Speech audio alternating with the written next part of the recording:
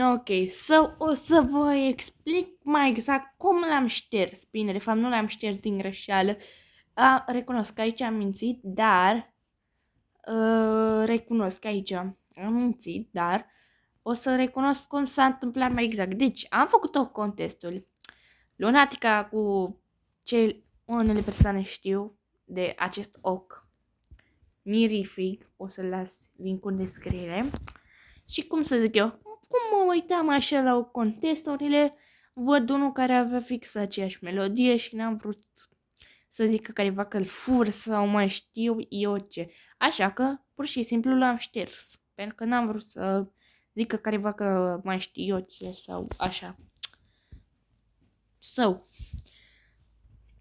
Nu o să pun aici muzică și o să las acest cod. Codul va fi în descriere. Pentru că, na. În fine. Video n-ar plăcut.